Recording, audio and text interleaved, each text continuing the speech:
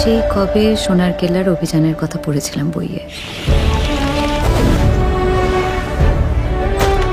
তুমি ভাবো বিমল, একজন মানুষ তার পূর্বজন্মের ভালো মন্দ সব স্মৃতির ভার নিয়ে এ জন্মে বেঁচে আছে। মুকুলবাবু, আপনি সত্যি সত্যি পূর্বজন্মে পরশ পাথর দেখেছিলেন? वो जादुई पत्थर जो सोना उगाता है। থর মরুভূমি থরথর কম্পমান।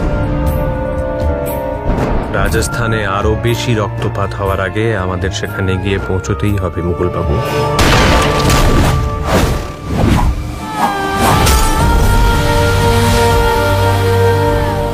দেরি করার জো নেই যে।